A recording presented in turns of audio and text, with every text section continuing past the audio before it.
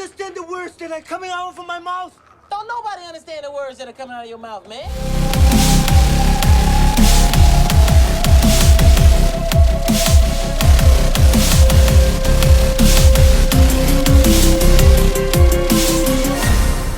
What's going on?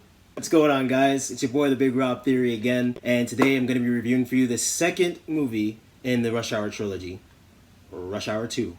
Oh yeah. So, start things off. One of the most hilarious movies I think I've ever seen. It's crazy how good this movie is because it's such a good comedy, but also a good detective movie, as I said about Rush Hour 1. If you haven't seen that review, please go check that out. So basically, in Rush Hour 2, if you don't know the premise behind the movie or you haven't seen it yet, which I'd be shocked if you haven't seen it yet. Wow. So overall, in Rush Hour 2, Lee and Carter, they're going over to Hong Kong to basically figure out what's going on with the triad, take down Ricky Tan, and also take out this big bad that's in dealing with the triad. Along the way, they experience various incursions and obstacles that some are very hilarious and some are very serious but still have underlying comical tones. So of course you've got your main characters, Jackie Chan and Chris Tucker as Detective Lee and Detective James Carter, but there's also John Lone, who is another main character who plays Ricky Tan. Not to ruin too much for you, but Ricky Tan is involved in a shady incident in which Detective Lee's father was killed. And there's not too much behind it, but Lee knows that there's a lot of things off with it, and he's still investigating his dad's murder. And Ricky Tan is somehow involved, Lee just doesn't know how. Lee, what's wrong? That's Ricky Tan. That's Ricky Tan? That's a midget in a bathrobe. Another character in this movie that's very crucial, I'd say, is Ziyi Jiang. She's the female antagonist in this movie who kind of kicks Jackie Chan and Chris Tucker's butt. But it's okay because, you know, it's still funny. Yeah, she does a great job as playing a badass female, if you will. And then you have Rosalyn Sanchez, a great actress, very attractive female as well. She plays Isabella Molina in the movie. Basically a double agent. At first, you know, she is the object of Lee and Carter's attraction. You know, they kind of are spying on her at one point because they think that she's a little shady.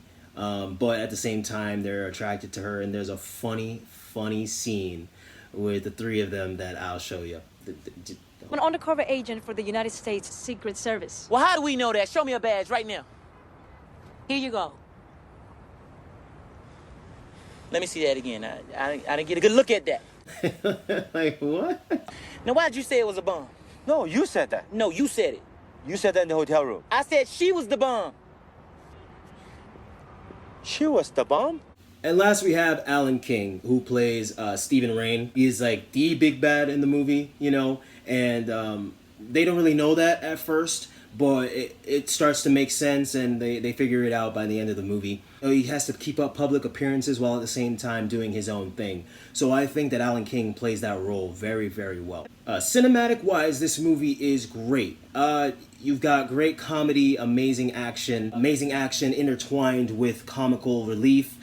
Even if there's a serious moment, it's uplifted still, again, with comical relief.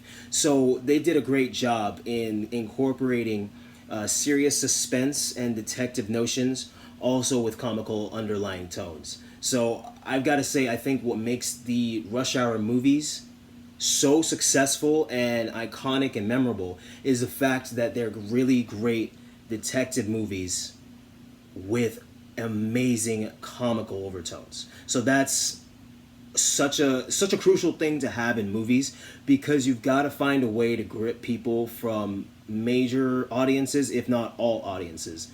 So the fact that they were able to do that back in 2001, and obviously with other movies, not just the Rush Hour movies, but the fact that they were able to do that and recreate that for a sequel, no less, is astounding. And the fact that this movie only got a 6.6 rating out of 10 on IMDb blows my mind. But at the same time, around the time that this movie came out, movies and their ratings weren't so high as they are nowadays, you know? So I think a 6.6 back then was pretty good. I think if it came out nowadays with how it is still, it would have been easily a 9 out of 10. because that's what I'm rating this movie, a 9 out of 10. I honestly have no cons with this movie, and I'm sorry, you know, I know some people when they see reviews they want to hear pros and cons, but this movie is so iconic and so hilarious and so well written. I really have no negatives. It just was too good all around from start to finish.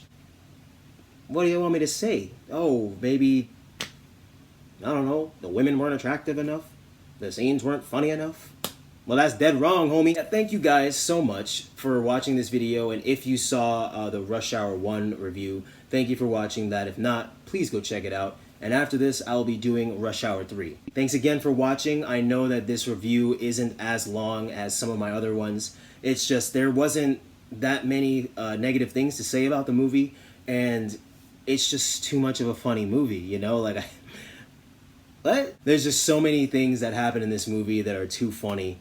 And one of my favorite things in this movie comes from when Lee and Carter are tied up, and it just, the things that that gets said, it's just crazy, and it blows my mind. Will torture us for 3 days. I can handle that.